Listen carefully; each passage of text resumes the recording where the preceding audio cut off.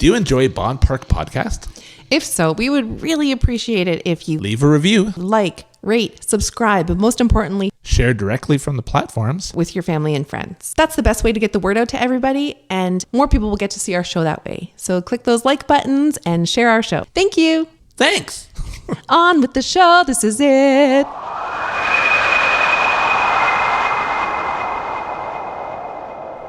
Do you think you're brave? Think you're not afraid of things that go bump in the night? Prove it.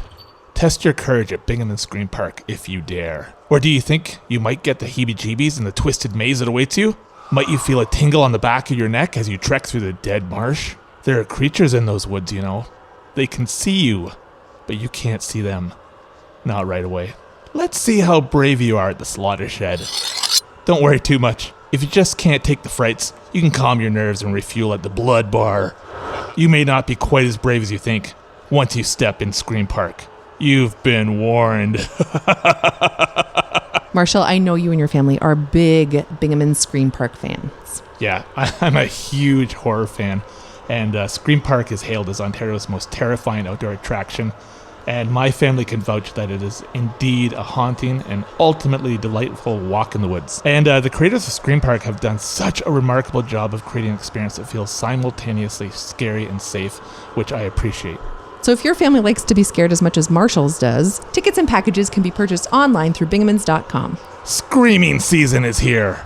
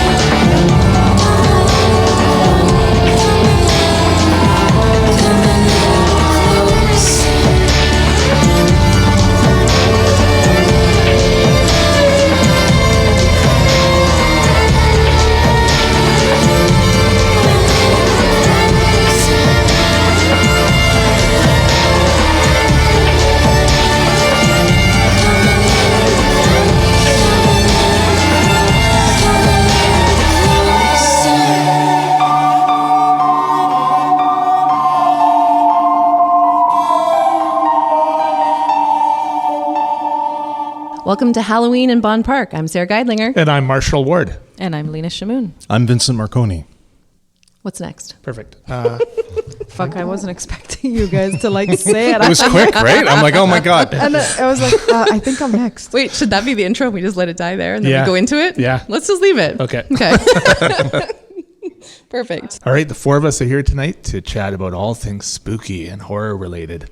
So I thought we'd kick it off with, first I'll ask Lina and then we'll ask Vincent about your earliest memory of your introduction to horror in some way. It could be in any form that you first kind of saw something and thought, wow, this is really different. Oh, there's only one. There's not early memories. It's just the one. Well, I was about maybe 6 or 7. And I know I shouldn't have been watching this, but I was born and raised in Baghdad. And so the show they had in the Middle East was Chucky the doll. And that's my fascination started right then and there. I love that friggin' doll. Yeah, Child's Play is an amazing franchise. Yeah. Yeah. I don't know why they had it in the Middle East or what. Did you ever purchase any merchandise from? It wasn't available there, but they definitely showed you the movie. Yeah. I was like, wow, this is crazy. So yeah, it's awesome. Mine would be, I remember being really fascinated. I think we had talked about this before, but with the VHS tapes and the art on the front and the clips of the movies on the back or the snapshots, and I remember poring over them and really trying to absorb the tapes that I couldn't watch. I wasn't allowed to, and one in particular was Chud, and I just remember the front cover was really horrifying, and I begged my mom and dad to let me pick something, and they allowed me to pick Salem's Lot, Stephen King's film. And me and my brother, we got it home. My parents, I think, had a party and they weren't really paying attention at the time. So we watched the whole thing. And I had never experienced night terror. I couldn't sleep. I was scared for weeks afterwards. And it horrified me. And yet I wanted another. Yeah, I just watched Salem's Lot 2 days ago again. It's not very good. No. Yeah, it's really awful. Yeah. Let me see. Lina's pointing Chud, but that's Chud 2, but it's very Chud similar 2. to Chud 1. Yeah, is it's Chud? really- I've never seen heard Chud. of Is Chud. Chud something in the sewers? Is it a Yeah, creature? Yeah, exactly. Ew, But Salem's Lot is quite bad, actually, Yeah, it if is. you watch it again, right? Yeah, But it is. We're seeing a visual. It's not great. Oh yeah, it's good though. Not that I was asked because Marshall already knows, but I'm not a fan of horror. I respect the genre. I always try. I try so hard because my husband loves it. My nephew creates it. I was actually I'm very proud of this. I have an IMDb credit because I'm in one of my nephew's movies, which is called Midnight Animal by Digital Arcade. I get shot to death and I have to jump back. It's pretty cool stuff. So yeah, my oldest sister loved horror and she would babysit us a lot. She's 6 years older. So she would watch it. And this is when we would rent the VHS. Mm-hmm. Mm-hmm. You have to also rent the machine and bring it home. And you know, there were the top loaders and ka-chunk. it was such a ritual to get set up, right? Such a ritual and Absolutely. so expensive. Mm-hmm. So whatever movie was coming in the house, you were watching it, right? Because that was an investment and there was nothing else to do, really. But yeah, oh my gosh. Nightmare on Elm Street, April Fool's Day, all kinds of stuff that was happening. And I would have night terrors also. How old were you at the time? 5, 6, 7, Okay. whatever. Impressionable. Yeah, enough to ruin my little brain. I can't even think of half of them now, but just dolls, sleepaway camp, terrible, terrible things. And now I try. I try so hard to, and I try and get into it with Steve a couple years ago on Halloween because I love Halloween. Mm-hmm. I'm so into it. I'm that mom that makes the cool costumes with their kids and I love that shit. But we tried to watch, I always get these two mixed up, The Haunting of Hill House or House on Haunted Hill, whatever the series was on Netflix. The Haunting of Hill House, yeah. So I was like, I can do it. So sometimes this was how many years ago that was on Netflix? Let's say 3 or 4. I think so. Mm-hmm. So sometimes like this week, it's Wednesday. It would have been Sunday or Saturday. I'm lying in bed thinking that I'm going to be lying up against my own face like this, or that the really tall man is going to come down the hallway. It just sticks with me. And I recently told Marshall, I'm a vegetarian, so is Marshall, but my husband and kids aren't. I've been one for my whole life. So Steve will be putting meat away or open the freezer and he's got a meat section. I look at it and I'm like, oh, Not because of animal rights, not because of our environment, but because, it's flesh. It's like really scary to me. I'm just a visual thinker that way, and it sticks with me, and I can't shake it off.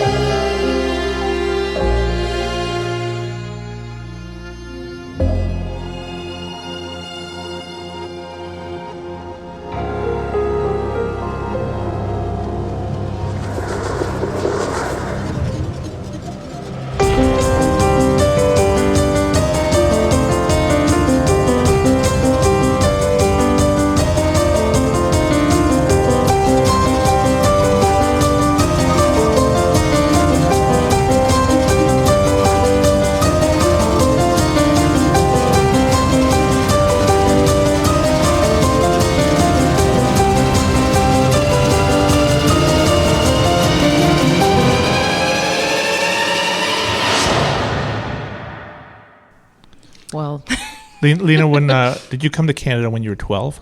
yeah, I was 12 when I left, and 14 when I got here. Mm-hmm. Yeah, and then you would have discovered a whole world of Oh, my North God. American horror. Yes. So what would have been some of those movies or books that you would have found? Well, just like Vincent was saying, it was Blockbuster was a really big thing at the time, and I would go and specifically make it to the horror section and just sit there and read, and look at all the the front of the covers. And is it Carrie? The one, yeah. That one I thought that was really cool, and so I'm trying to think now. But it was mostly I just started with whatever I could rent at my age, because they weren't always I couldn't always rent them, at the age that I was. But those are the ones, and of course, what's the one where the zombies, Evil Dead? That's another one. Again, Well, you started with some classics. Yeah, Yeah. exactly. And I still enjoy them exactly as much as I used to back then. And I want to see, the gore. I want to see the blood. I want to see, like, I think, what's the one that comes out of the well? The water. The ring, is it? Yeah, with the phone white noise and the exploding but I love glass it all. eyes. Yeah, I love the blood. I love the gore. I love the suspense. So those are some of my earlier ones, really. But I totally enjoy them. And now I enjoy probably thrill more than I enjoy gore, just because I like that sort of the spookiness and feeling like it might be like, something might be in the corner of my house, or, It's a good feeling for you. Oh, fuck, I love it. Sorry, Sarah. I'm very different than you are. That's okay. This wouldn't be fun if we were all the same. Exactly. So, but you also enjoy real crime, like Yes. we were talking serial killers and stuff I'm earlier. obsessed with that shit, and I don't know what it is. Like, I'm a really nice person. I haven't hurt anyone. I think you're nice. But I love that stuff. I love that world too. I have an insatiable appetite for horror. Like, and I could want watch to a- see the details I was saying earlier. Yeah. I mean, it's disturbing. yeah. Sometimes, though, I think not seeing the details, for me anyway, Yes. is more frightening because my mind fills in the blank. I see. Or keeps you hungry, perhaps, for more, Yeah, maybe? yeah, exactly. Like some of those films where the first-person shooter with the camera can be terrifying, like the Blair Witch Project. That's it. Yes. Ruined yes. camping. There's a new one out that I loved. Have you Sorry. guys seen Host? It did ruin camping for me too. Yeah. Host is on Shudder, and it's like a bunch of women who are zooming each other. They did this during the pandemic, so they're zooming each other, and they do a séance. And by accident, they do it improperly, or one girl doesn't really pay attention, or is kind of playing a joke, and they call up a demon, and the demon haunts every environment at the same time, and you capture it all on your computer. It's really well done. Have you seen it, Marshall? I haven't seen that. When you said Host, I was thinking of a movie from years ago called Host. Also good. Yeah, like which more is of a great. monster film, right? Yeah, Do they take over a body? But Shudder has gems on there that I never would have discovered had I not gotten Shudder. Yeah, it's Just Is Shudder a streaming it is. app? Or, okay. Yeah. Just a little fun tidbit for my nephew who keeps coming up, Zach Bryson. Hi. He got Shudder so he can fall asleep to something calming. So he lets it run and he goes to sleep with it. Well, here's what Shudder did for me. So when I was a kid, I saw a movie on TV in the early 80s. And there were these two boys, and they were at the side of a house, and they were very curious to look inside this house. And there was those doors that are on slanted on the side of a house where things can go into the basement. Right. Oh, like a cold cellar thing, storm doors. I saw this movie like partway through, so I didn't even know what it was called. Oh, I know And this and this old man comes up to them and grabs them by the back of their shirts, and he goes, "So you want to see where the dead bodies are, eh?" And he opens the doors and he throws them down, and they go flying down into the darkness, and they go running into like there's a hearse, and there's jars with organs and eyeballs and stuff in there, and they knock them over, and the glass is breaking, and they're absolutely terrified, right? And this scene haunted my dreams for years, but I didn't know what that movie was called, and I thought about it for like decades and decades, and then a couple years ago, when I was watching Shudder, I saw something called Funeral Home. And I thought on a Sunday afternoon, I'll watch this movie called Funeral Home, and I'm watching it. And it's about halfway in. It's about a funeral home that's been turned into a bed and breakfast. And here it comes. There's a scene. I'm like, oh, this is it. This is the movie. And then I saw at the end in the credits, it said filmed in Laura, Ontario. Oh, that's wow. cool. Yeah. That's awesome. But that was a very different experience for me, where a horror movie kind of lived on in my heart and my mind. And, Welcome to my world. Yeah. Marshall. And I would tell people about it. Nobody really. I've not watched it, but Yeah. I can appreciate like the nostalgia of something that you'd seen as a kid and coming back to you years later as an adult. Yeah.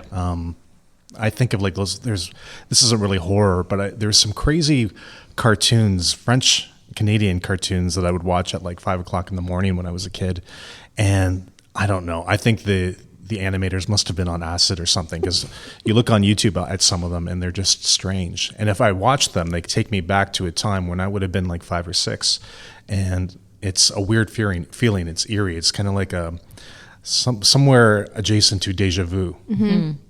It's probably Was Jeremy the bear on there? Sorry to talk over That's you. okay. The Green Forest. Oh, the green forest. Yeah, you can't forget that. Green forest. We have da da da da da. Yeah, Exactly. Yeah, that's it. Had to. There's a Sorry, few- Lena. No, it's all good. Actually, I was going to ask you how you see what you see when you draw, because a lot of your images have a little bit of darkness to them. I just got introduced to your work, and it's absolutely stunning. Thank you. But there has to be a part of you that sort of gives birth to that. And like, do you have any idea where that comes from? From dreams, like little bits of dreams that I write down, and I'm a huge fan of fairy tales, which are innately dark. And I think a lot of horror comes from fairy tales that haven't been adjusted by Disney or Right. But like I kind of live in that world, and so that's how I conjure up different images. It's amazing. I love it. I have so many questions for you after this. Okay. Yeah, I literally Thank you. did go down the Instagram rabbit hole. This is a remarkable time to be a horror fan. There's so much high quality horror. I would say it almost started with The Conjuring so many years ago in those movies, and now some Korean horror. I just saw The Wailing and just some of that. Lina, what have you seen in recent years that you've really thought was like? I think we've probably all seen The Haunting of Hill House. That was pretty. Yeah, I thought that incredible. was really cool. Is there not two of them that are made? Yeah, there's a Haunting of Blythe. Okay, yeah. I Yeah, I that watched one too. both. Yeah. Yeah, those I really eyes. appreciated watching them. But I haven't, regretfully seen The Conjuring, and I've heard of it. So that's on my list to see. But let me think about that. I'll get back to you. I'm just gonna What it remember. does really well, you should watch it. I think Okay. you'd like it, is that it captures kind of an 80s ghostly kind of horror mood really, really well. So it percolates. It takes a while to get into it. But once you're there, the suspension and tension is beautifully put together. And there's more than one. Yeah, I think there's two, Three. and then there's Annabelle. It's kind I of just watched 3. Yeah. Okay. Oh, those are related. They are. They're creating kind of a universe. Okay. I don't know what's going to happen, but I think it's going to expand. It's going to be a kind of a dark Disney. I think that's what they're putting together. Yeah, The Conjuring is just a classic haunted house movie. And I think what really matters is you care about the family. In the same way that the reason something like Amityville Horror is so, and The Shining, is because you Saw that one too. you care deeply about what happens to these people, and Poltergeist and all those great haunted house movie. You have to care about the family. Yeah, if there's like tender moments built into those movies and in that house, and then to see the house itself turn on the family, especially in Poltergeist, is riveting to watch. It's a fun poltergeist fact. We watched those movies, or however far they went up to this point, and I don't remember the little girl's name. We should Google it. But the blonde main character girl, Her character was Carol Ann, I think. Yeah. maybe. Yeah. We were little when that was out, right? Yes. My family took this big fancy vacation to the Bahamas and stayed at a resort. And I know my grandmother came, and my parents and my 2 sisters, and that little girl was staying at the resort. And we played with her for the week. Really? And we were like, "Aren't you from this super scary movie?" And she's like, "I'm not supposed to really talk about it." And we have like family photos with Carol Ann, I guess That's her name amazing. It is amazing. I should dig them up, actually. Maybe if I find them, I'll put them with the show. And it's really, she had passed away, if people don't know Yeah. about it, I think in the second film, but they still were able to craft something together, which was still a good film. But that's amazing. It's a she wild had story, Had yeah. an experience. Like, I want to see those. You've got to release a couple of photographs. That's Yeah, I pretty neat. probably should. Hopefully I have some in my possession. Otherwise I have to reach out and get some from the sisters. But I want to backtrack to 2 things. The first one was we were talking about 80s because you're talking about The Conjuring. Does anybody remember this movie Videodrome where like the house yeah. rapes the woman? Am I right? Yep. I remember it was terrifying. What happens in that movie? I was too little and maybe not watching the whole thing to understand. There's also a movie called The Entity about it's a supernatural presence In the house. that rapes. Yeah. Oh, Yeah. I remember that. So I've never Yes. actually seen Videodrome. Yeah, The Entity has this horrible sound every time it's coming. It's a dum. Yeah, I remember that. But, David Cronenberg did Videodrome. Videodrome, and I remember actually I think I saw it, but I don't really remember it. But the TV kind of coming to life and grabbing somebody, Yeah. was so that was like new technology at the time, like a haunted TV, right, in the 80s.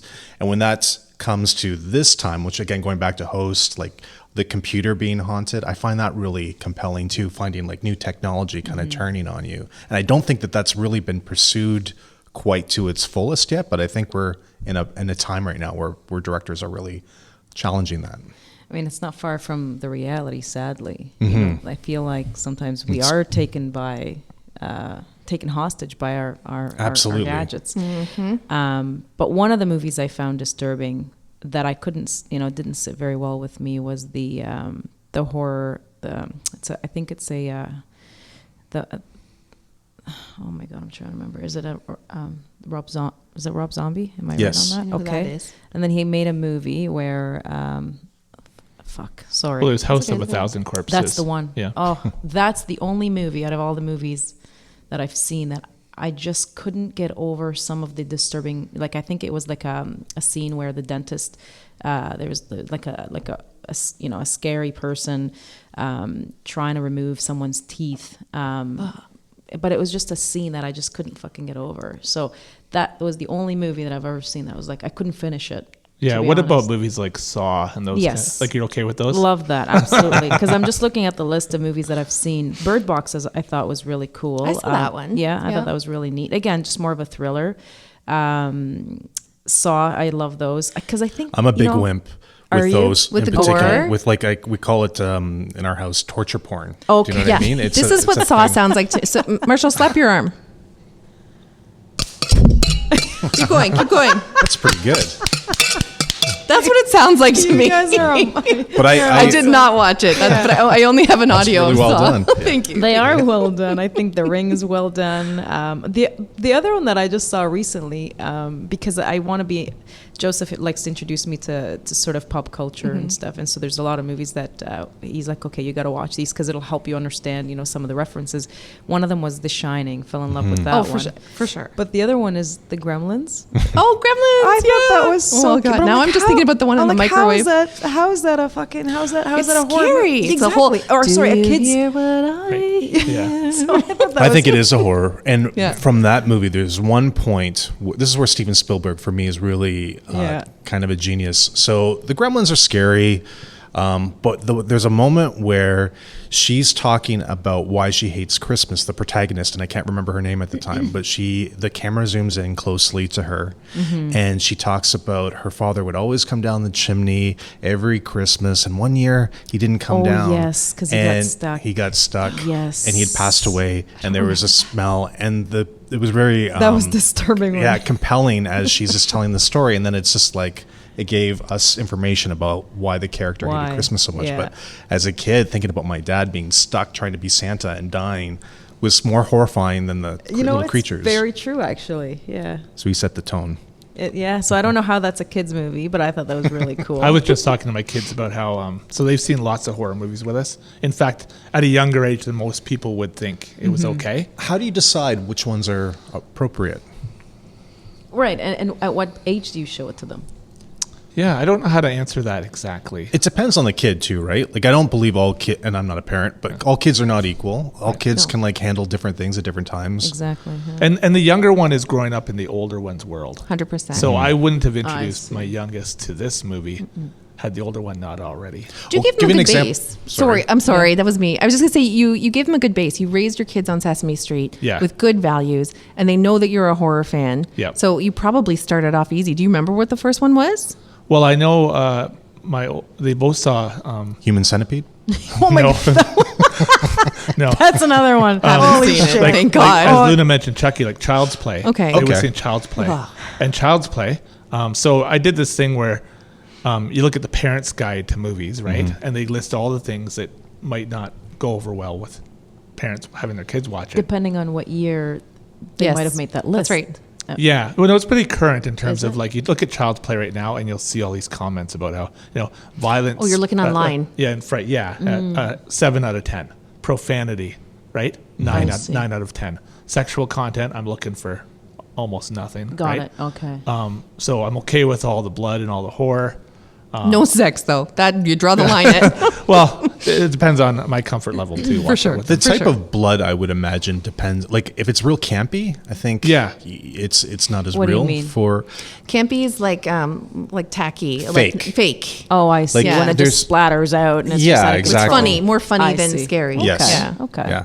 Or you know how did you see Evil Dead 2? Yes. Okay, so Yeah. there was Evil Dead, and then Evil Dead 2 was like, let's take it Yes. To a whole new to a level. whole new level. Yeah. It becomes super ridiculous. Yeah, absolutely. But when I saw them when I was much younger, and so it was totally perfect for it. And now when I watch them, I'm like, oh my God, look at that. Like I can't get over the lack of, like the computer generated. Yeah, right. Yeah. Yeah. I don't know what the acronym is for that, but Like CGI. that's Yeah. it. Yeah, exactly. But I still enjoy watching them because they take me back. I have a question though for you guys.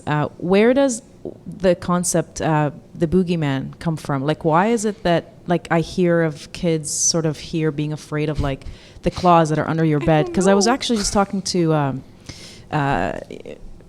well, I'm a new Canadian, but not that new anyway, 24 years ago. But, you know, I talked to a Canadian family and I'm like, so why are your kids like afraid of the boogeyman? Like, who the fuck is the boogeyman?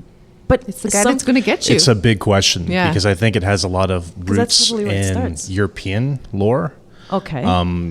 So, and even I think the first, I can't think of the name though, but like a scarecrow, the first scarecrows were, I think Germans were doing them, and the name of it is like a boogie scarecrow. So it's kind of like they put them into their fields to scare away the crows. The boogeyman's been around for a long, long time, and there's different incarnations of them. Yeah, so it's not a quick answer. But So- I think popular culture has kind of revived the boogeyman into something that lives in your closet or something that lives under Right. your bed and just grabs yeah, you. but that terrifies kids, and no wonder that if, Yeah. you know, some kids aren't. And there's an down for 80s it. horror Hello? movie called Boogeyman. Yeah. Oh, okay. I think I saw that one. What I was going to say earlier was how talking to my kids about the movie The Exorcist, and this is what completely One of your first memories. yeah, for and sure. one of right? my favorites actually. So what astounds me about this movie, still, all these years since the 70s, is this movie has to be. This movie at the same time is both incredibly elegant and beautiful, and unbelievably crass, even by today's standards. Crass. What does crass mean? Sorry, I'm not familiar with Just the word. dialogue Poor that is taste, just nasty. like so nasty, like absolutely no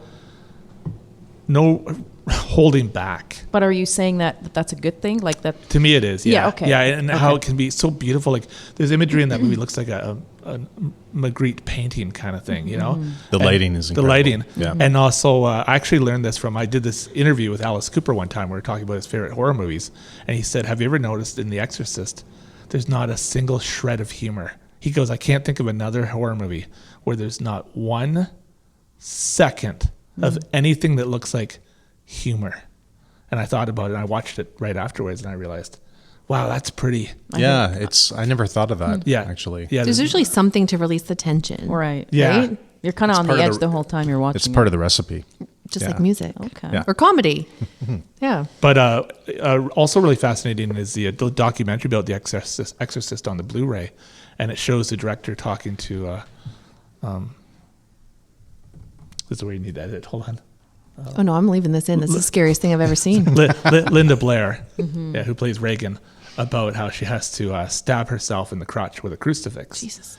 And she's 12 years old, and she's going, "Oh, She actually no." is 12 years old. Yeah, in the movie. Oh, Or wow. sorry, as an actress. As an yeah. actress. Yeah, and she goes, "No, I'm not. No." And he goes, "Oh, yeah, you are," right? And it's a really fascinating kind of look behind the scenes.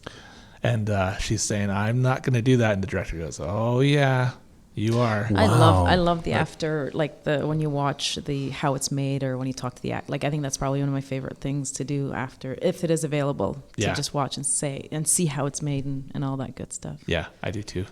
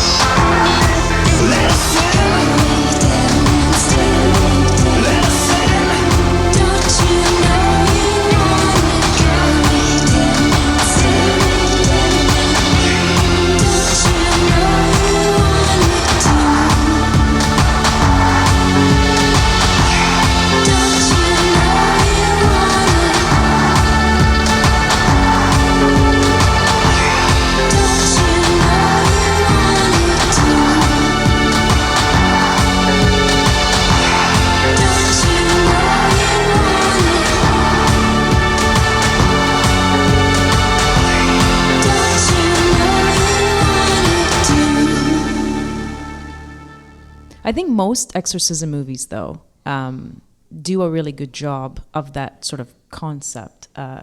Because I know the movie Exorcism of Emily Rose also, I think, was very well done. But I love the whole concept. And I don't know, like I'm not necessarily religious or anything like that, but were those things that, happened in the past because people were just overly religious or just thought that the devil was there, but meanwhile it's probably like some kind of a mental health condition that these people had or whatever? Or could be sick, like... Right, or yeah. or just simply unwell. Yep. Yeah, and they're trying to like... heal them. But they must scare the devil out of you. Or the movie The Last Exorcism touches on the fact that there were exorcisms being done in the States on kids who possibly were autistic. Mm-hmm. Yeah. Because the court doesn't actually buy into that. If something happens or someone dies or something like that, Right. like you can't actually bring that up in Like way back when, the court and the priest and the community would have all been in cahoots, right? So like they're all kind of working together. Yeah. I do think too that if you believe in something, whether it's good or bad, like voodoo or an exorcism, and you're that immersed in religion, your brain can kind of trick yourself into feeling like you're healed or whatnot. So there could be some power of your mind to be tricked into thinking that this is working, or even the people around you. There's probably a lot of layers. And I think, it's a mental health or disease, and and they're just trying to use their God to fix things. Cognitive behavioral therapy of the past. Yeah, maybe. Exactly. Does Lina know your story of how you felt safe watching The Exorcist? I think you told Vincent when we'd met. Yeah, so when I was a kid, after I saw it for the first time on the TV, I was so terrified by it, but I was fascinated by it. I had to see it again. So I would always go through the TV guide looking to see, would it be on this week? Would it be on? And finally it was on again, That's at awesome. midnight. And I thought, I think the way I'm going to be safe to watch this is I'm going to sit in a cardboard box and cut like a slit for my eyes so I don't see anything else around the room that's like pictures of relatives and things. I don't want to see that. You want to make eye contact with it, too. So I'm just going to, all I can see is the screen. I'm going to watch it and I'm going to feel safer contained in this All I cardboard can imagine box. is someone staring right at you in the face and making you shit your pants. So I actually recreated that for an exhibition at the KW Art Gallery. my God. It was called Confronting an Age-Old Evil, which was something on the back of the box of the Exorcist VHS. And I like that idea of revisiting that idea and trying to question and understand who that kid was all those years ago and why that cardboard box Sorry, was. I'm still picturing the It cardboard. was a Yeah. shield. Yeah, and I used it again and again That's awesome. to watch The Exorcist. Just over to the let you years. know, I have a 2-quilt system that protects me from Oh, the yeah. house on Haunted Hill, Yeah. or Haunting of Hill House people Yeah. that are the ghosts that are going to come and get me. So I get it. Nothing could protect me from a movie I saw a few years back that I have no way of seeing again or owning.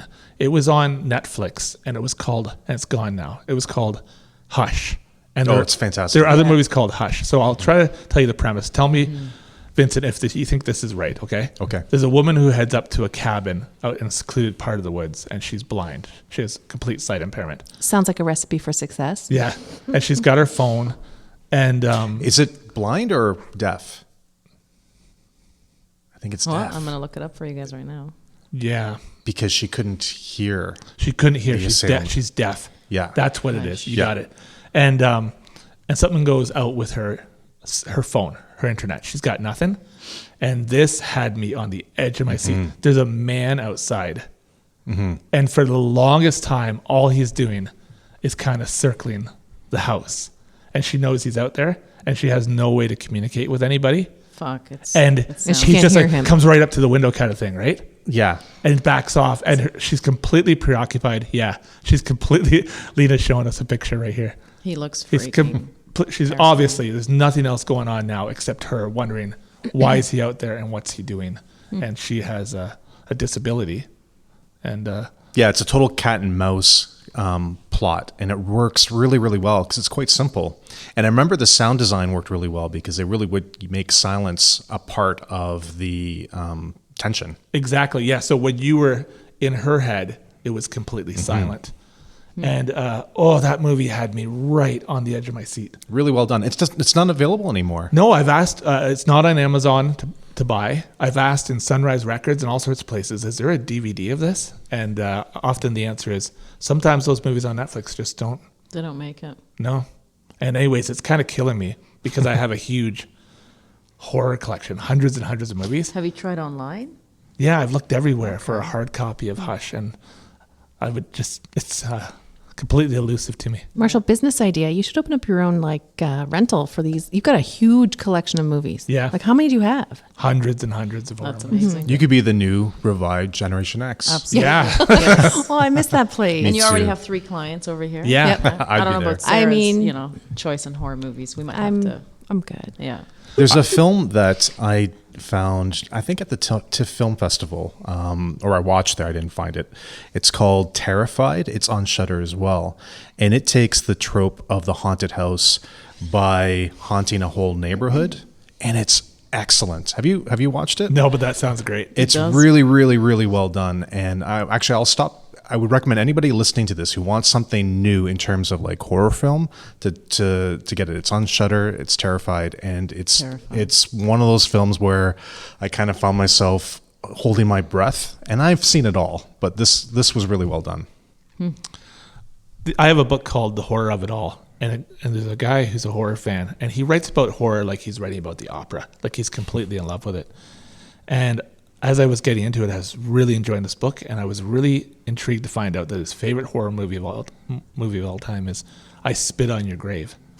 And I had no idea what this movie was. Okay. And I went and seeked it out, and I find it pretty much unwatchable. And I find that among all these incredible horror movies that have been made, that the one is his favorite. Do you guys know I Spit on Your Grave? I've heard of it over and over again. I've not watched it though. Yeah, it's a group of men who terrorize a woman for the first half of the movie, and the second half is she gets her revenge on them one by one. And it's too much. Like it's just That's wild. yeah. It's insane to get through the first part without feeling deeply affected by it, and then to see the wrath of what she does to these men after. Anyways, I found it really intriguing that this guy who has all the love that I do for The Shining and The Exorcist and Poltergeist and the Amityville Horror and Black Christmas and Halloween and Friday the 13th and on, that his favorite movie was this one that I find Difficult to to watch. just Interesting. Yeah. Question about something that's sort of very popular these days, Stranger Things. Did you find that there was some horror in that as well? Another one that actually kind of surprised me to be a young generation kind of show. But it was really, a neat mix really of enjoyed science it. fiction and horror. It's funny, whenever I look at lists right now that say top best 100 more horror movies of all time, I see Parasite is in there. And Parasite to me is not a horror movie. Can you Is give me that- a synopsis? I don't remember Which that one? one. Parasite. Isn't that the Korean Yeah. movie? We watched that. I thought it was Parasite terrifying. with the family. Yeah. I wouldn't put that in horror Thriller either. or like a psychological thriller? Would you call it? No, not even. It's almost a philosophical. Oh, that's a good I way would to say put that it. too. Yeah. Also, Lina, it's been argued a lot that The Shining is not a horror movie. It's so scary. though. Interesting. Yeah, I think it's because it's so incredibly smart, you know. And I think it's clever. I really loved it. Yeah. I didn't know anything about it till about a month ago. And oh, Steven- really? Are you kidding me? Because I haven't really been introduced to a lot of the things that you might have grown up with or whatever. Like one of them is Star Wars. I just finished the trilogies or whatever they call them, Yeah. right?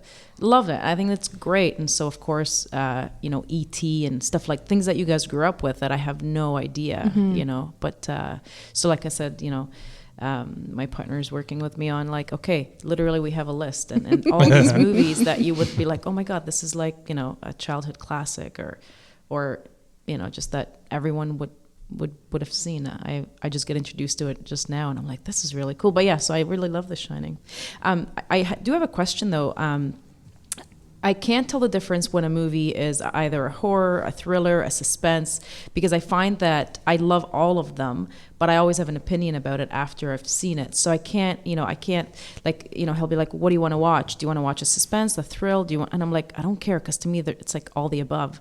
But I guess maybe if The Shining is not considered a horror movie, then could it be considered, like in the suspense world, in the thriller world, like, can you maybe break that down for me just so I can have a better idea of why there's so many categories? I think it's pretty subjective. And I personally would definitely call The Shining a horror film. Mm-hmm. And I've heard it before too that a lot of people don't think so, but it's so there's I watched that when I was a kid, and some of those images, like the twins in the hallway, or they're not even, actually I don't think they are twins, but in my mind Yes. is like They're dressed alike. They're yeah, mirrored. it's repurposed them as twins and have etched themselves in my head. And the idea of like wandering in a hotel abandoned is In the middle just of nowhere. like that labyrinth is just incredibly spooky. It's interesting to me that Stephen King, whom I really like, but it annoys me that he really didn't like the film. He didn't. Really? He hated it. Did you know that? No. I did. In fact, I have the remake of The Shining done years later that Stephen King does like. Yeah. And I thought to myself, there's no way I'm going to like this or want to watch this. Is it worth watching? It's certainly worth watching. Yep. So the one that I would have seen is not the remake. I would have seen the original. Yes. would've seen Stanley Kubrick. Yeah, the other one's hard to seek out. Marshall, let's take a moment to talk about this episode's supporters. J&J Cards and Collectibles. You can find them at jjcards.com. We love this store. We get all of our games from here. And Carry On Comics on the corner of DuPont and King in Uptown Waterloo. I've been to lots of comic book stores over the years, and Carry On Comics by far is the best comic shop you'll ever find. Thank you, Andy and Sherry, for supporting our podcast. Wordsworth Books in Uptown Waterloo. I've said this a bunch of times. Wordsworth got us through this pandemic.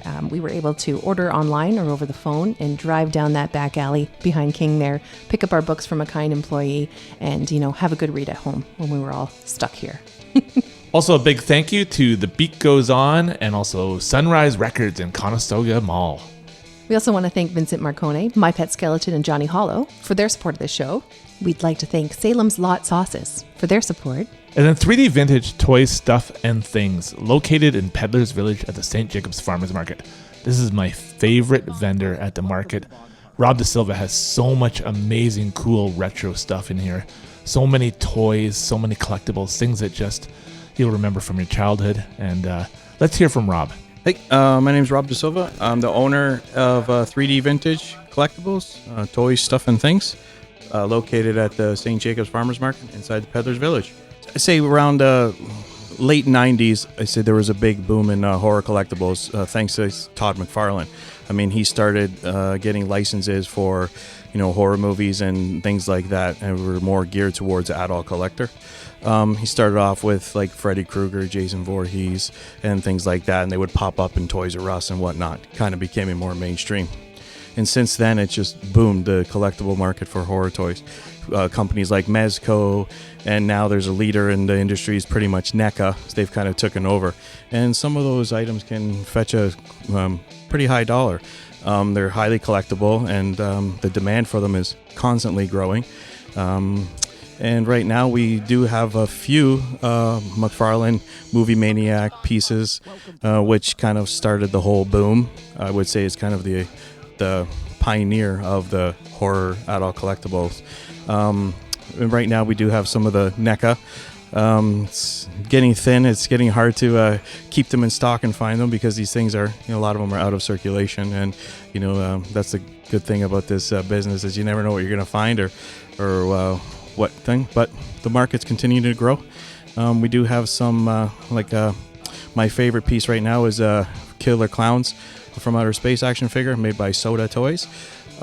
It's very sought after. I would consider one of the grails for horror collectors. It's from one of the companies that's not one of the big name companies, so they weren't as produced as much as a NECA or a McFarlane. I've been a horror fan ever since I was a little kid. I can remember buying Fangoria magazines and just drooling over the pages where you could order the masks and special effects, stuff like that. And so I've always been a fan. My favorites are probably the Nightmare on Elm Street series, particularly Part 2. I'm not sure why, but I think Part 2 is probably one of my favorite horror movies. And then also Killer Clowns from Outer Space. It's very campy and cult classic. It's just got everything. It's a perfect balance of everything cheesy and vintage and horror related.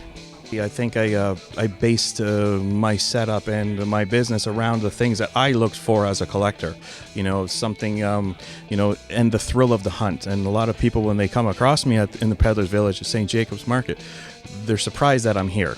They're not expecting it to be here. So that element of surprise is the beginning of their awe and like, woo, and then they get in here and then they start recognizing all of these things that spark a memory, that they essentially forgot until they step into this booth.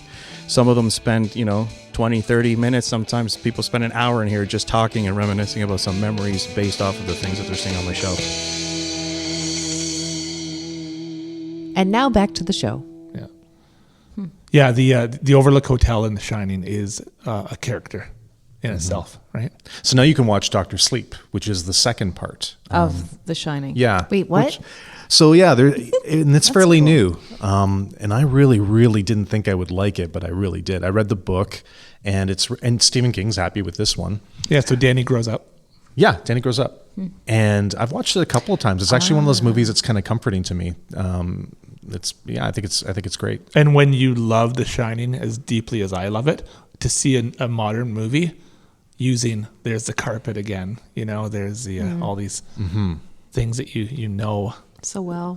Tiny little references, you know what I mean? It's pretty fun.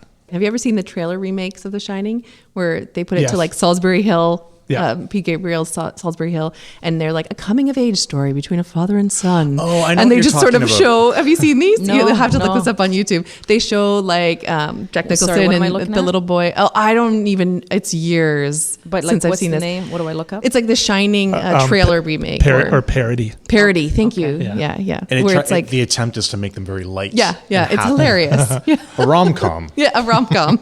Okay.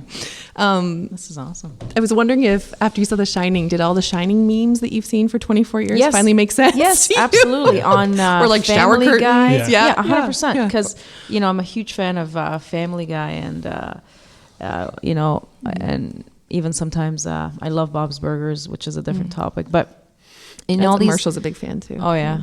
I fucking love Bob's Yeah. Burgers. Yeah. But anyway, that's besides Brilliant. a different topic. Another day we can discuss They have that. some good Halloween episodes. Do they? Yeah. Actually, you're right. They do. Yeah. Anyway, yeah, of course. Now I feel, and even just the Star Wars references, I just feel a little more Canadian. Oh, I'm so happy for you.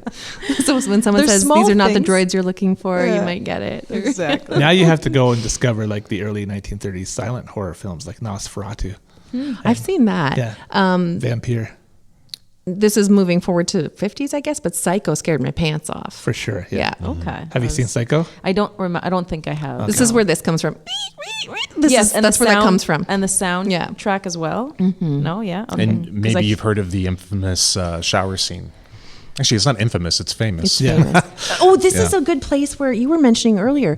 Sometimes what you don't see is what's terrifying. So, like, you don't actually see her being stabbed to death. Sorry to ruin it. Yeah. You just see her reaction. You see him approach. Norman is approaching. You see her reaction, and then you see like The environment react. Like to, exactly like the being blood in the water. in the and- water. Yeah. Like you don't actually see it happening. I was told Marshall this. I was working with Stephanie Butari, muralist, today on something, and we were taking a picture of one of her paintings, and it was upside down. And I said, "Oh, can you show me which way it's supposed to go?"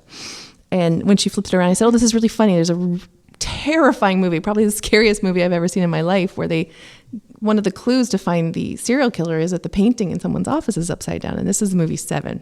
Oh, I love that. And she's like, Yes. "Is that the one with the head?" Yep. Yeah, I don't want to movie. talk about it. Yeah. I don't want to talk about it. And while we were discussing it, goosebumps and all of my hair is sticking up on end on my arms. And 90s, mid 90s. Yep. Yeah. Me and my sister, who never got along, ever, we slept together that night in the same bed, holding on to each other after we saw that movie. But you don't see that box, and you don't see the contents. And now, 20-something years later, I'm still terrified by that scene. I'm a scaredy cat. That's the official medical terminology for what's wrong with me. I am a scaredy cat. I hope you're okay after tonight's conversation. I'll be okay. That's all right. Lena, as much as you love the blood and guts, which I love too, like Yeah. I'm a huge slasher movie fan. I love Texas Chainsaw Massacre Oh, and yeah. all that. I love that. Do you have equally an appreciation for kind of the most subtle things in horror movies? So we're sitting in a pretty dark room right now, lit up with some candles, candlelight here. But I'm talking about how in a room like we're in right now, like just something dark in a corner Yeah. that you can't really tell what it is in Yeah. the nighttime. Sometimes in a children's bedroom, like in The Haunting of Hill House. Absolutely. And The Conjuring. I think those are some of the scariest. Right? 100%. The Others, it's a movie where Nicole Kidman. Why have I seen all these? I saw that too. Yeah, it's fantastic. And I think that's because you don't really understand what's going on till the end. No, I you thought don't. that was super cool. Yeah, the psychological frights can be just as. I think that's, right. yeah. What you, There's a film, speaking of psychological frights, and she's a new first-time director, and it's called Saint Maud. That's, I think, just on Netflix now. Speaking of, like, I think you would really like it, Marshall, because it's definitely inspired by The Exorcist, and you don't know what's happening in terms of what the protagonist is going through. Could it be a mental health issue? Could it be supernatural? And it doesn't reveal itself to the end. And not knowing those details, if it's done really well and the director holds back, I love that, and it's not easy to do. Mm-hmm. Great film for a first time. Well, not even for a first time, just a great film. yeah, that does sound amazing. I find when I look at lists, and I love looking at these lists of scariest movies of all time. They can be the best horror movies of all time, scariest movies of all time. There's always something in there that was never on my radar, and then I have to get it. There's a couple older movies like Repulsion I had to get, which is a 1950s movie, I think. And then I just saw one called Let's Scare Jessica to Death. Do you know that one? I've seen it, but I've forgotten it. Yeah. Yeah. Anyways, I love these lists, and I don't know if you ever look at them yourselves. Well, Rue Morgue is constantly Yeah. creating really great lists out of different themes. Rue Morgue's a magazine, a Canadian horror film magazine, and they do a great job of creating digests and creating themed lists of different films, which is really fun to pour through. Yeah. There was, sorry. Yeah, no, go ahead. There's one movie, I can't think of it. I wanted to call it 8mm, but that's like a disgusting, like, look at snuff movies, I think. Okay, the one I'm thinking about has Ethan Hawke in it, and it's something where the people are haunted. There's a lot of it. So every time I do this, and this isn't going to translate on a podcast, every time I do this in my life and I have to use my flashlight in the dark, we're sitting in the dark with Marshall's candles and we're all being very spooky for the listeners. I have my iPhone flashlight on and I'm shining it around the room. There's something in that movie where there's a lot of this going on with old video cameras. And Jesus Christ, if I don't think about that a couple times a week when I have to use my flashlight, and I think it's like that movie, I got to turn it off right now. Something's going to happen. Do you guys remember what this one was? You know what? I do. Yeah. Do you? Yeah. Is it Insidious? I don't know if I've ever seen Insidious. Or is it? My There's kids two that saw get it. that are similar. So there's at the beginning of the film, maybe someone will recognize this. Is that he's watching different snuff films, but it's created Sinister. Is that what it's? Maybe. Oh, I think it's Sinister. Yeah, it's Sinister. It is. I just looked it up, and as you said, it came up. It was Sinister, and And something the beginning happens. of that Something film- crosses. I love the first half of that film, and it feels very much like Seven. Yeah. Because I don't he's remember watching the plot. So Well, he's watching these snuff films that he's discovered in a murder house, and he doesn't tell his family that they're there. He purchased it, and he's a writer, and he needs to kind of like get Right. back his mojo. And so he discovers these like reels, and he watches them in the dead of night when his family is sleeping. good idea. And they get creepier, obviously, and more devastating as they keep upping the ante in terms of one snuff film is revealed, and then one of his children start watching it, and the beginning of that film is fantastic. I didn't love the way it ended, but it's worth the watch just for that tension. Unless you need to use your phone flashlight, in which case, don't ever try it. Well, playing with light is such an old trick, but it works For sure, it does. really, Just like really in works. 50s movies, how that you've got the stream of barn door light just across the actress's Yeah. eyes, or the Venetian blind light. It's so effective. Yeah. I'd like to ask all three of this question. Is there anything in your real life, a space, a place you've been in, where that just doesn't feel good in terms of? I'm talking about. So I'll give an example. So I used to teach drawing classes at the old Button Factory, the Waterloo Community Arts Center, and when all the students left, I would have to lock it up. And 2 people over the years have died in the Waterloo Community Arts Center from accidents. On your watch? No, When you say over the years, recent years? no, or a just- long time ago when it was a Button Factory. Okay. like 2 workplace accidents. Yeah. Okay. And so creaky wood floors, right? Big 2-story building, very old. Lots of like creaks and noise and stuff. Like lots of stuff going on. Even just when we're there drawing, it's making noise. I've had an environment. Actually, my old studio, which was at the Beamer Box Right. Factory. Yeah. And I was on the 2nd floor, and I really liked that studio. Really high ceilings, exposed brick. but there was a room, and we called it the devil room. And there was a room at the back of that building. I don't know if they've repaired it yet, but it was a huge. Apparently, there used to be a factory that would paint furniture all one coat, and so they would send chairs through this like weird machine so big that they never removed it, but there was a fire there, people had passed away, and you could still see the singe marks on the wall, and the machine was still there, and it looked like something out of like a Clive Barker book. The thing looked like it could like start to move and turn at any moment, and it was horrifying. And I like a kid, I would like go and maybe take a friend every once in a while to the back, so it was kind of like, it was mysterious to me, and we would go in the dead of night just to check out this place. I also thought it'd be a great place for a music video, but that place haunted me. I felt like I couldn't stay in that room for too long, and I was also aware in my studio that room was there, and I kind of felt like it was up to no good when I was doing my own thing. I'm no longer at that. So I too had a studio on the second floor of the Beaver related. Box Factory. Oh, really? In the late 90s. It was Marshall. He was in the background. and here's the thing. I actually found it scary during the daytime. Yeah. And two, I never went there at night. Oh, Ever.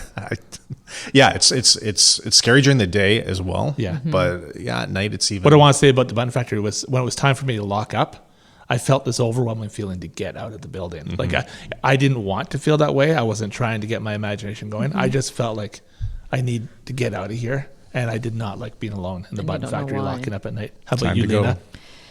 No, I'm just thinking, I used to actually, again, I mean, this is a weird conversation altogether, but I used to walk, I used to go to the cemetery. What am I thinking? So the cemetery over by Franklin and Weber Street, out in that area, kind of. There's now a Fresco. Yeah. Right, Yeah, my parents are there's there. a Woodlawn Cemetery That's there. it. Yes. Yeah. So I grew up in that little area 24 years ago, and so I would park my car and I would just walk, into the cemetery. That's a big one. Yeah. It is, but I don't know what it is. I don't know if it's death that fascinates me, and I think we talked about this last time I was with you guys. Is I wanted to be a mortician. That was one of my, that was my dream job, and so for whatever reason, I am very much drawn to, in real life, not to the gore and blood, crap. I'm not drawn to that in real life, but it's just more this person's dead. There's someone buried underneath. Like when I went to visit the Westminster Abbey in Europe, you go in and there's a lot of like sort of famous people or kings and queens that are buried there. And I just kind of go and touch the stone if I can. And I'm just like, wow, like you are in there. And a lot of people that have been here have died since this place has been built. Like those are all the weird thoughts that sort of come to my head, and they come naturally. Like it's just hard to block them, I think that can offer comfort to a lot of people that enjoy that. But let me ask you, just because that brings you comfort, has there been a space, like I like this line of questioning, has there been a space that has brought you discomfort? A cemetery is very trope it's very usual for a lot of people to be afraid of that. Right. But somebody like you, me, and Marshall, I don't think, Sarah, Not so much.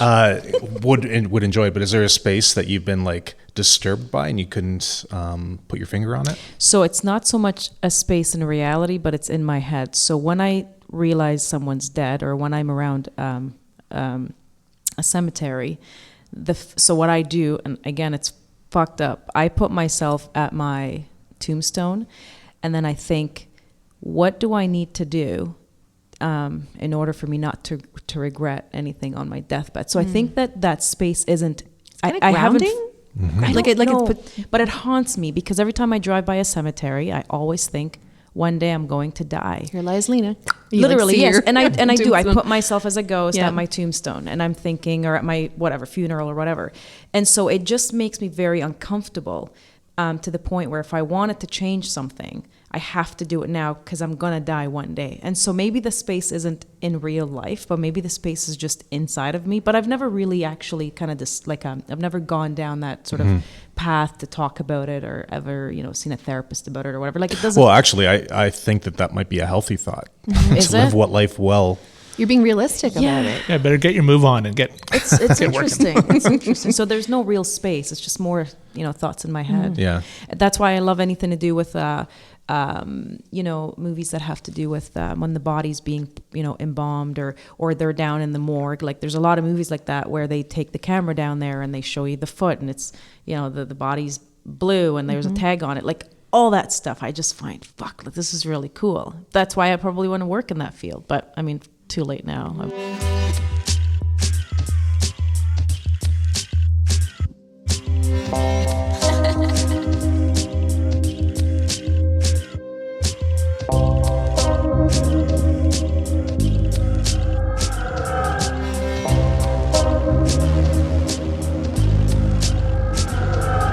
Soft like a rose, cloaked in daggers, your grin a guise for all the anger. I'm sorry you felt that you needed to hide the dirt from inside you. You know I'm filthy. Shut up and listen. Why don't you give up this mission? Shut up and look at me. I'm just a stranger who let you think you knew me.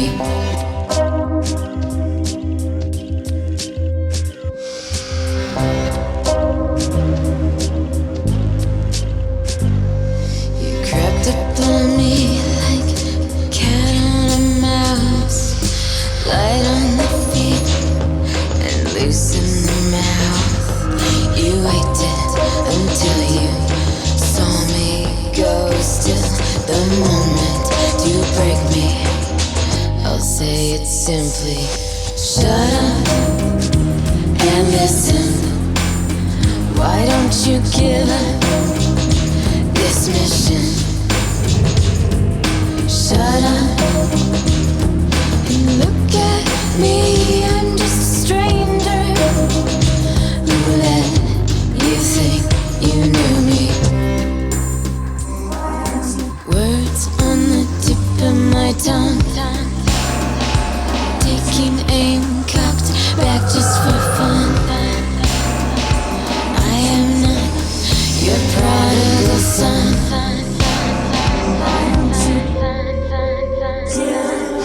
Shut up and listen. Why don't you give up this mission?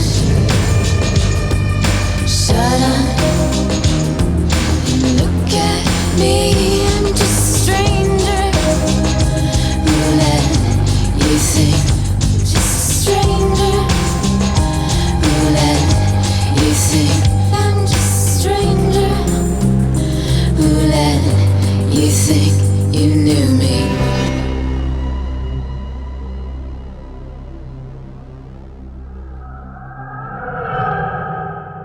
The neat Is thing it about too Woodlawn late? Cemetery Watch is this that one. I love what I do. Woodlawn back in But the yeah. 80s, the mausoleums that often would be open. You could walk in. What's that? That's the big building with doors, Okay. and then you're like cremated in like a drawer.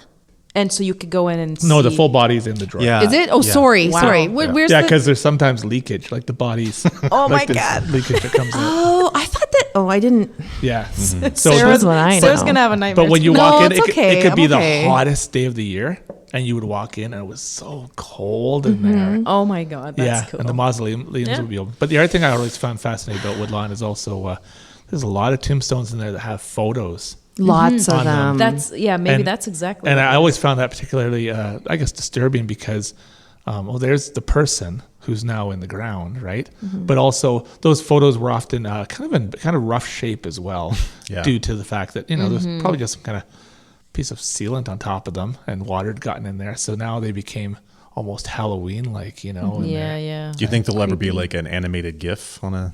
Yeah, Probably. It's terrible real estate though. Like I want to go into like a human composter. When I'm gone, I'm going to be gone. We're all fruit flies. We're not going to be here long. Da da da. Don't have regrets. I love But it. like I was listening to this TED talk once about the research that they're doing about just like composting the human body. And this doesn't freak me out really because you have to do something with it. Actually, every time I'm at Woodlawn at my parents' grave, like my mom's cremated and my dad's buried.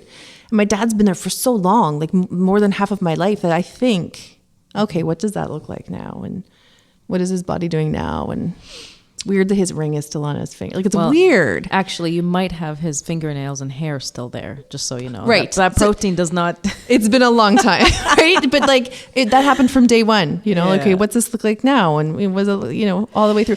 But for myself, Why do you think that's a morbid thought? I'm so visual. Does that, do you find comfort in that? I consider it morbid. I don't find that comforting at all. It's disturbing to actually think about the process of where. Yeah, like I don't sit there and happens? freak out, but I'm kind of like, could you try and think about something else while you're here, Sarah? Like, I don't want to be in a grave. I don't want my kids to have those feelings and feel like they have to plant flowers. Again, terrible real estate. Like, I would love to go into the human composter. They found ways to like pull the pharmaceuticals out of your body and the fillings and any implants that you might have. And, then you get your compost and you go under a tree. That sounds better to me. It could be a tree across the world. I think a lot of that is definitely, we are going to be changing the way we live. And I think we're going to look at how we lived in the past and be like, I can't believe we killed animals and ate them. You know what I mean? Like all that stuff. Yeah. So, I mean, not to laugh about the whole idea, but it'll be like Star Trek, right? Yeah. Vincent, when you speak of comforting, I had the privilege of spending a day at Parkview Crematorium and help working with a crematorium technician. I forgot about that. And we cremated 3 bodies together. Hold on. And, can you do that? Yep. Can you get me a ticket? That's what Lina's thinking. Yeah, we have to discuss the crematorium this after. technician was Roger Plow, and he showed me everything that has to be done. That's amazing. And it was incredibly peaceful, and watching through the chamber is called a retort. There's a little window, right? That's about the size of maybe a window that might be on a cruise ship kind of thing. And you can watch the whole thing go on in there. But the most powerful visual of that, I can still see it now, like it was yesterday, is when the box comes apart and all there is a skeleton in flames, right? And then shortly after that, the skeleton breaks down. But that's a pretty... What led you to do that? So I write a weekly newspaper column for the Waterloo Chronicle, and I was always really interested in seeing things kind of behind the curtain, what they breaking look like. down the process. Yeah. That just gave me a visual of just the box collapsing and revealing. It almost seems kind of a crescendo. Oh, yeah. Right. Like a bloom. And then the end has this kind of very, what happens is everything's opened up and the ashes are there that you collect kind of almost in like a dustpan and sweeper kind of thing. And then there's sometimes like a pacemaker or some bolts or from surgeries and stuff. And that's really interesting to see how, this is all that's left now, right? And then to also feel the weightiness. I remember the people who were cremated that day was an older lady, right? A baby, and a very large man. And the very large man took twice as long to cremate. And the baby, very short time. And I remember how the little box with the baby weighed almost nothing, but how the man weighed a significant amount. Really feeling their physicality. Did it affect the price? Interesting. I don't know. Yeah. I don't know. What I do know is it affected the amount of time, the amount of energy that had to be used, the amount of, it's a lot of turning the heat up, turning the heat down. So there's a lot of science and all of that. And also, they're very conscious of the neighborhood. They don't want the neighborhood seeing gray smoke billowing out of it. They want it to be very clean out of the chimney, nice and clean. And when the gray smoke comes out, there's neighbors who say, we don't like that. So that's really interesting. They're very conscientious of that. But anyways, what a job, eh? Yeah, thanks for sharing that. That's really cool. I'm like Sarah. I'm going to be thinking about that tonight. Yeah. I think you're going to be inspired to You're going to be making something. art about this, the skeletal crescendo, I think you were calling it. Perhaps. On this note, I want to know, have you ever seen a ghost, Marshall? Let's start with you. No, I don't think I've seen a ghost. No, you do have a ghost story. It's long, but it's good. Yeah, you want to hear that story? Oh, does everyone have time? Yeah. We have time if you have time. Yeah, so in 1979, I'm the youngest of 5, and my oldest sister and her husband died in a car accident. And on the night of I remember the funeral well because there were 2 coffins. And I was 7, which is an interesting time to process the death of somebody, right? And so especially someone so close. Yeah, for sure. So Wendy was my oldest sister. She was 27, and her husband Robert was the same age. And it was March, so really cold. And everybody came back to the house after the funeral at Ratzenbechtel Funeral Home. And I remember the feeling in the house, right? And which was a very different feeling to the day of the car accident, where an OPP person comes up to the door and everything's chaos, right? And scary and confusing. But anyways, this was a very different kind of day, just days later, really. And I remember just the feeling in the house with a lot of people in there. And my mom at the end of the day saying to everybody, thanks everybody for coming. I'm going to go up to bed, right? And everybody had kind of handed their coats over to somebody, and they took them upstairs and they put them on the bed upstairs, right? And then if you need your coat, someone would go grab it and bring it down, kind of thing. Because there was nowhere to put the coats in this small little house on Talbot Street. And so I remember falling asleep on the couch, and then I guess I got carried up to bed later at some point. But anyways, in the morning, I could hear my mom on the phone with her sisters. And this was a story she said. She said, everybody was here, and I was so tired and exhausted, and I went to bed. And a short time after I fell asleep, I woke up because I felt like there was somebody there. And she said, and I could see right beside the bed, she said, was a woman who looked like an aunt from my past, from our past. She was talking to her sisters. And she said, and then a man who I didn't recognize, but they were the most comforting souls you could ever imagine. And she said, all they really had to say was, they said, Wendy and Robert are okay. And you just need to sleep, June. Get a good night's sleep, and everything's going to be okay. Wow. And Mom said that she said she fell right back to sleep and had the most amazing, deepest sleep that night. Wow. And so my mom had this loud voice that would carry. And I'm 7 years old in my bedroom, and I could hear every word of it, right? Mm-hmm. And this changed everything for me. I had already had somewhat of a fascination with ghosts, and my mom would buy me books about ghosts. And the house I grew up in actually had a murder in it before we moved there. So I already had this, and my older siblings, sister especially, would be like, what happened in this house, right? Mm-hmm. So I already had this kind of, I'm pretty sure where my fascination was. Your older sister Probably. said? Another sister, yeah. Another sister, yeah. okay. Yeah. And so this almost froze me with fear, right? Mm-hmm. So in my mom's bedroom, there was ghosts, right? And I never asked her about it. But I lived for years and years after that day. When it was bedtime, I ran up the stairs, and my bedroom was across from hers, and I wouldn't even look at her bedroom. I'd put my hand up over my eye like this, and I'd jump into my bed and pull the sheets up. So this was something that was on my mind. Works for me. Every single night. There were ghosts in that room, and I can't even look at it, right? But I'm okay in my bedroom, provided I run as fast as I can. I pull the blankets up. And I did that for years and years. And anyways, when I was in my 20s, my girlfriend, who'd become my wife, Sylvia, and we were sitting in my mom's living room, and I said, I overheard something a long time ago, like the night after the funeral of Wendy and Robert's funeral. I heard you talking to your sister about how there was a presence beside your bed, and my mother goes, yeah, for sure, right? And I tried to describe what I remember, and she said, yeah, you've got it exactly right? And I said, it's amazing how when the brain is under that kind of stress and grief, how you can just kind of, what could happen, right? And she goes, are you suggesting that wasn't real or something? And I said, yeah, right? I said, it was your imagination, right? And she goes, well, you can say that, but that was every bit as real to me as you are right now, right? She said, and it was a beautiful experience. She said it was nothing but good, right? And she goes, I didn't know you had heard that, right? And I said, yeah, right? And she said, there's only one thing you don't have right. She says, all the coats were on my bed, so I actually went to sleep in your bedroom that night. Wow. In your bed. So that actually happened in my bedroom. Holy shit. And I'm really You slept with the ghost. So it's fantastic that little piece of information that would not have been relevant oh my God. is something I didn't hear. So I spent years of my childhood terrified of a room that was not even the right room. Oh my God, this is spectacular. It was my room. Yeah. So now It's actually a good basis for a horror movie. I think it's fantastic. in the years to come, so keep in mind I was in my 20s when I asked my mother about this. So as the years went on, I became more and more open-minded to the idea of it doesn't really matter to me what my mother saw or thought she saw. That's not relevant at all. It's what I value is the peace it brought her.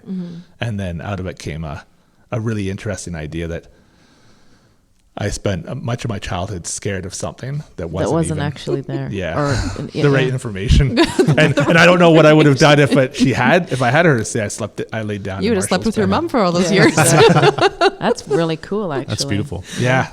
I love the twist on the end. Well, I mean, it's not a twist. It's just a bit of a you twist. left it right at the. Yeah. But I would say I've never seen a ghost. No.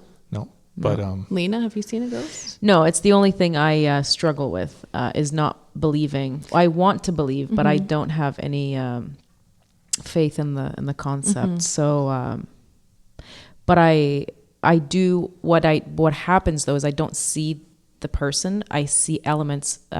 For example, I was competing this one time internationally, and I was thinking of a friend of mine who had passed away, and just around that time, I don't know, people just pop into your head, and I put my hand in my pocket, and in there was a button that he had given me. So I instantly was like, holy shit, you're with me. So I don't see the person, but I've often had situations where things that belong to them, someone's business card who's passed away, I'll find just around the time that I'm thinking about them. Kind of like when you think of someone and they call you. Yep. That happens to me very, very often, but not actually feeling a presence. Yeah. Vincent? Yeah. I have never seen a ghost, but I have had an experience that was creepy. Tell us. Like you, I want to, and I'm agnostic, so I'm open to it. But unless it happens to me, I'm not going to say I believe in it. But I was in my early 20s, and my parents had a cottage. And they would go up to the cottage, and we had like a big sprawling bungalow house in the middle of a forest, in the middle of nowhere. And this is where I grew up. No one was at the house. Our dog, which was a German Shepherd, was at the house, and someone needed to feed the dog. I was living up with my roommates at the time, but they asked me to take a night, stay at home, feed the dog, and just stay overnight. So I did. Again, this is by air. And it's a 10-acre property, so I get there. I was kind of happy to like have the place to myself. Our dog's name was Cujo, and she was an outdoor dog. It was a she. Yeah. And I let her in the house. She was really happy to be in the house with me, and I would always sneak her in when the parents weren't around because she wasn't allowed. And she was happy to be with me. We were watching TV, and then I go to my room with the dog in tow because I wanted the dog in the room. Anyway, I had this, when I was a kid, I always wanted a little bit of light to see. We would leave the bathroom light open. The bathroom was across the hall from me. And so even as an adult, I needed that light on. So I went to bed, but I noticed that the dog, which usually was just happy to be with me, would just pass out. But this time she was like pacing back and forth, and it took a little bit of time to get her to settle. Eventually she settled. Eventually I fall asleep, but before I fall asleep, I make sure that the light is turned on. And there's a little, just the crack of the door, the light's pouring through. It kind of calmed me. I'm like, because I was a little bit on edge because of the dog. Anyway, the light was on. I fall asleep. There was a clock radio on the nightstand right beside me. And I woke up, jolted up about 2 hours later, I think. And it was a loud, what I thought German voice in my right ear, booming and just yelling at me. As soon as my eyes open, the voice stops. Immediately I thought, oh, the clock radio had just gone off. There was an alarm, and it went on some weird, religious station or something. And then I checked the radio, and I realized I was kind of lucid, oh, that doesn't make any sense. I'm like, okay, I'm kind of probably in a weird dream. I was about to fall asleep. The dog's sitting up. And I look underneath the door, and the light is no longer there. So I get up. I check to see if the light bulb had blown out, and the light switch was clicked off. So now I'm afraid. Wow. I'm afraid with you right now. So I get out of the house like a coward. I put the dog into her kennel, leave the dog, and I get into my little Nissan Black Sentra, and I turn the key, and it just rolls. It doesn't. Oh, come on. And I remember saying, "Come on!" This happens in the horror movie. But on the third try, it went, and we had a long driveway, and I remember just peeling out of there and leaving. And there's no fun conclusion to that, but I remember that experience of being terrified and feeling like there was a presence there. Now, could have been me just dreaming. Probably the light, maybe it kind of flicked off by itself, but it was strange. And that's my only little ghost adjacent story. Did you ever tell your parents that you left? I've told a lot of people this story. I don't know if I told my parents, because they would probably just roll their eyes. Just be like, you didn't want to feed the dog. Yeah, exactly. You weren't even there. But yeah. But no, I never That's told. I don't think crazy. I've told them. Oh, that's a good one. Do you, Sarah? Same thing. I don't think so. I often have very scary dreams because these things stick with me. Did you guys have scary dreams ever? I have night Yes. terrors. all I the had a time. Okay, terrible so I one. I had a grew up terrible with- one last night, yeah. Did you really? Yeah. Was it about? We have a cat that's not well. And so it was about Shout that. out to Pinky. But a different cat, yeah. Yeah. In the dream, yep. That's not fun. Yep. Yeah, I grew up with night terrors too. Probably got rid of them in late teens, but I do have a, like sort of actually I didn't answer earlier when we were talking about do you have a scary place? It was in my childhood home. There's a place walking over the threshold of my parents' bedroom, walking out and into the hallway where I just always kind of felt like just like something I didn't like behind me, behind my shoulders. I do have a reoccurring dream where I'm not really sure how I get there, but I'm in somebody else's house or in your own house, but it's not your house. You know that feeling, and I'm suspended by my shoulders in the air, and I have Like a I can't puppet? lift my head, and I can't move, and I'm frozen. And there's like something not painful but very uncomfortable above my shoulders. I'm making this weird motion, people, behind my shoulders. And sometimes I can say to myself, you're dreaming. You can just choose to wake up right now. But sometimes there's like a part in that dream where I just like, I want to see where it goes. Like, oh, what's next? Because am I going to get out of it? But you're like, you're dreaming. Stop asking what's next. Get out of this. And I can wake myself up.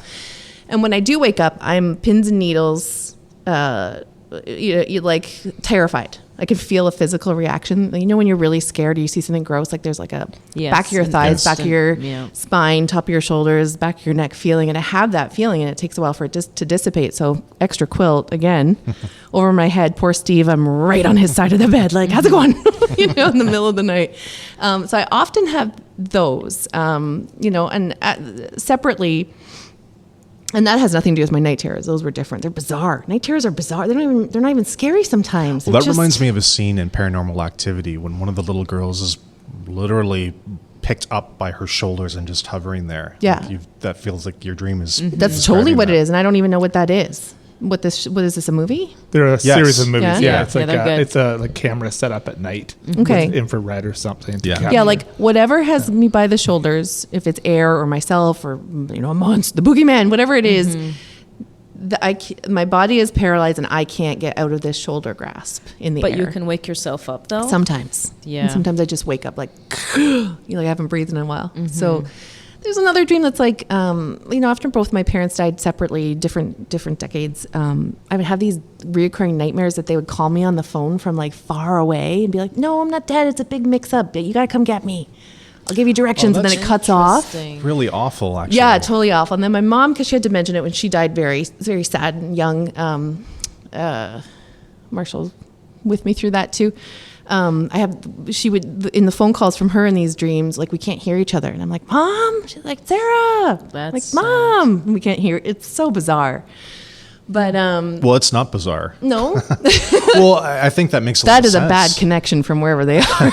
But the fact that she wasn't around you anymore, and you're just trying to like. Well, and I couldn't find talk to her while she was alive because of Yeah. the dementia, right? So Yeah. it was somewhat sometimes Probably a little sometimes bit of not. your reality sort of coming in through your dream because It could be. anyone with dementia, you're not really sure if they're there with you, if they're not. Yeah, and you don't know. It's fascinating, I think, what your brain does. I think every bit of this conversation, I mean, is it in our head? Is it reality? Do we think of it? Is it going to be with us for the rest of our lives? But I know what you mean when you say you talk to someone and one of my team members passed away and I had a dream, thank you, where he wasn't dead. And in my dream, I couldn't believe I had thought he was dead all these years, but he wasn't. What a mix-up. Yeah, Are and, you- and I where was you so been? happy that Yeah. he finally wasn't.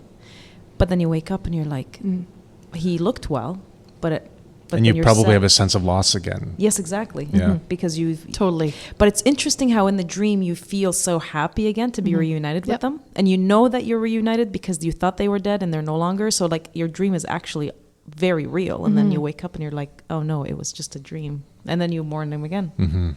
I'm glad we reunited with you guys tonight, in like as live people.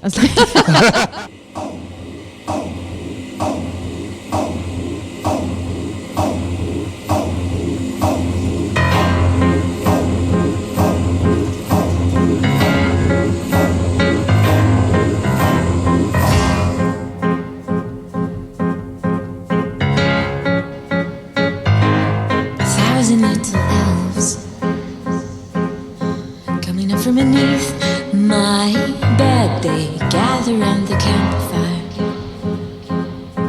Start singing the songs in my head, but with the wrong words. By the light of the fire, their faces all begin to crumble, and they fall to their knees. They laugh at my expense. Bloodsuckers, I can crush you with my thumb.